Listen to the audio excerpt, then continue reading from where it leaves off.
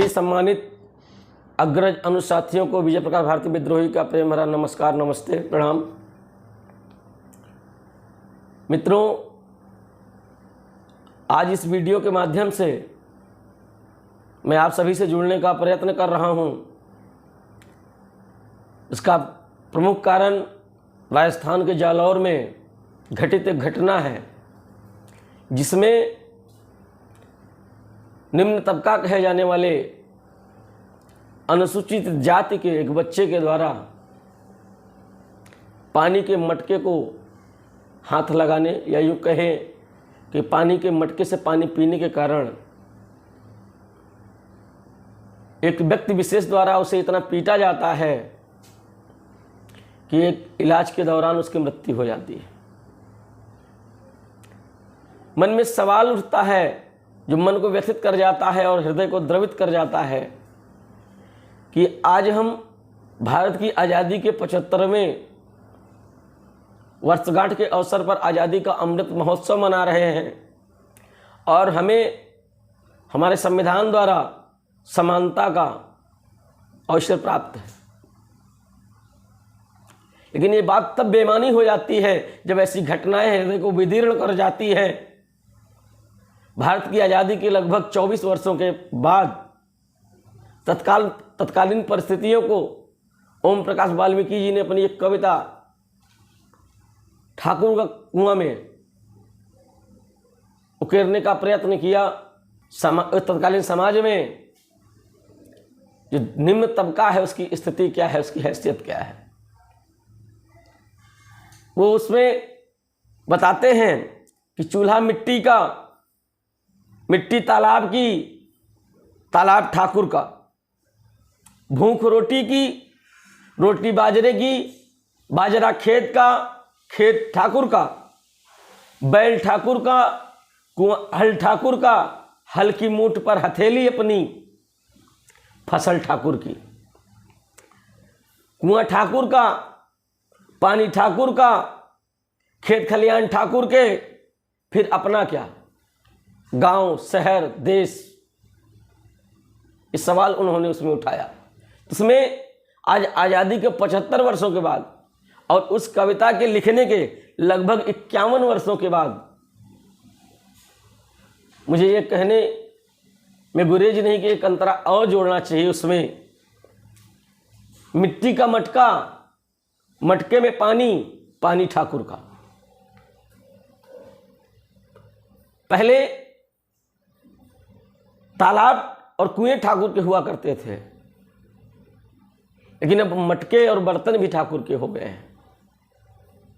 सब कुछ ठाकुर का ही है। फर्क नहीं पड़ता इससे किसी व्यक्ति को। हम कहेंगे अपनी पीड़ा को तो लोगों की भावनाएं आहत हो जाती हैं। हमें बताया जाता है कि आप लोग इतने उच्च शिक्षित हैं, आप लोगों के मुंह से इस बात शोभा नहीं देती। कहाँ जी रहे हैं आप, पुराने इतिहास को दोहरा रहे हैं। महोदय, इतिहास हम दोहराते नहीं हैं, मजबूर किया जाता है ऐसी घटनाओं के द्वारा कि वो घटनाएं हमें याद आती हैं, याद दिलाने की हमें कोशिश की जाती है। हमारी औकात कि क्या हो तुम, तुम्हारा समाज में अस्तित्व क्या है। साथियों, उस तत्कालीन घटना पर किसी साथी ने कुछ काव्य पंक्तियां लिखी हैं। मुझे नहीं पता है कि वो कौन है, कहाँ से हैं, लेकिन उनकी जो संवेदना है उस बालक के प्रति, उसके परिवार के प्रति मुझे इस काव्य पंक्तियों में दिखाई पड़ती है। मैं उन काव्य पंक्तियों को आपके समक्ष रखने का प्रयत्न करता हूँ, क्योंकि उनकी संवेदना और हमारी संवेदना अलग अलग नहीं है। जो दंश, जो पीड़ा उन्होंने महसूस की, उसको उन्होंने शब्दों में बयां किया है। धन्यवाद देता हूँ उनको कि उन्होंने प्रयत्न किया, और मैं कोशिश करता हूँ कि इस बात को आपके समक्ष रखूं एक बालक जो मटके का पानी पीने के कारण इतना पीटा जाता है कि उसकी मृत्यु हो जाती है, वो अपनी माँ से क्या कहता है इन काव्य पंक्तियों में। एक दूषित मन के जाहिल ने माँ मुझको जान से मार दिया, मेरी जात देखकर माँ उसने पानी पीने से दुत्कार दिया। मैंने तो बस प्यास बुझाने मटकी को हाथ लगाया था, उस जातिवादी जल्लाद को क्यों इतना गुस्सा आया था। शायद उस मटकी में उसने पुरखों के संस्कार छुपाए हों, देश की जातिगत संस्कृति से लाखों इतिहास चुराए हों, पर उस मटके की मिट्टी को पहले पैरों से रौंदा जाता है, मेहनत के खून पसीने की बूंदों से सींचा जाता है। ऐसी दूषित मिट्टी भी मेरे छू लेने से नापाक हुई। मुझ अभागे अछूत ने बर्फ पिघलाई तो आग हुई। माँ पापा तो कहते थे अब छुआछूत अपराध हुआ, जब से अपने भारत में संविधान का आगाज हुआ। झूठ कह रहे हैं नेताजी, अब भारत आजाद हुआ है। सच तो ये है कि भारत में अब जातिवाद का राज हुआ है। उस जल्लाद ने मुझे नहीं मारा, उसके अहंकार ने मारा है। पेरियार बाबा साहब के सपने को उसने ललकारा है। माँ तू कुछ बोलती क्यों नहीं, या मुझे सुनाई नहीं दे रहा। माँ मेरे कान में दर्द बहुत है, आंखों से दिखाई नहीं दे रहा। मुझे नींद नहीं आ रही है दर्द से, अपनी गोद में मुझे सो जाने दे। आज़ादी के अमृत महोत्सव में मुझ गरीब को खो जाने दे। मेरे मरने पे मेरी लाश की बोली ये लगाएंगे, एक दिन ये जातिवादी ही देश को समूचा निगल जाएंगे। मन को द्रवित करने वाली ये पंक्तियां उस बालक के प्रति संवेदना है और अपने मन के भाव उस मासूम को समर्पित करता हूँ और प्राकृतिक पंच तत्वों से यही प्रार्थना करता हूँ कि उसकी आत्मा को शांति प्रदान करें, उसके घर वालों को साहस प्रदान करें कि उसके वियोग को सह सकें। हालांकि ये असहनीय दर्द है, उसको वो नहीं समझेंगे वो जिन्होंने खोया है।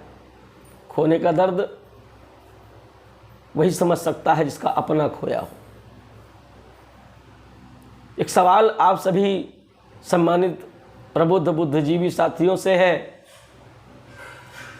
कि ऐसी संकीर्ण मानसिकता के लोग समाज को, देश को आखिर किस दिशा में ले जाना चाहते हैं। हम बात कहेंगे तो हमें कहा जाएगा आपकी मानसिकता छोटी है, संकीर्णता आपके अंदर बहुत है, पुरानी बातों को आप दोहरा रहे हैं। तो साहब ये घटनाएं आखिर एक ही तबके, एक ही समाज के लोगों के साथ क्यों होती रहती हैं अक्सर। कभी मूछ रखने के नाम पर, कभी घोड़ी चढ़ने के नाम पर, कभी पानी पीने के नाम पर लातों जूतों चप्पलों से मारा जाता है, कभी गोलियां सीनों में दाग दी जाती हैं, कभी तलवार से हाथ काट दिया जाता है, कभी निर्वस्त्र कर करके पेड़ों से बांध कर मारा जाता है। ये किस मानसिकता का परिचायक है ये घटनाएं? बात समझने की है,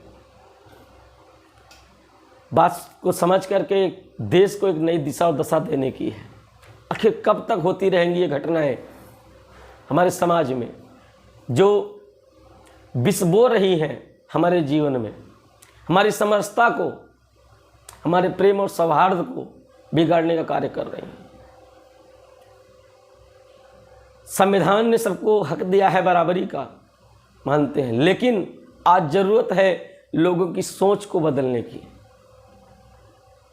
वो साल दूसरा था, ये साल दूसरा है। वो हाल दूसरा था, ये हाल दूसरा है।